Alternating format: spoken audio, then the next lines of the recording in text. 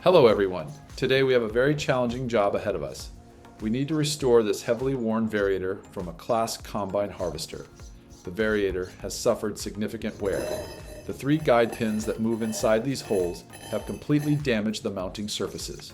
We're going to repair it using cast iron welding electrodes. It won't be an easy task. First, we'll weld up all the worn areas, and then we'll machine everything back to specification on the lathe and milling machine. These guide pins are also badly worn, so we'll be replacing them with brand new ones and machining them to a perfect finish. I think this will be a unique and interesting restoration project from start to finish. I hope you enjoy the video. Don't forget to subscribe to the channel, give this video a like, and leave your comments below. Your support helps the channel grow and motivates me to keep creating new content. Thank you for watching and enjoy the video.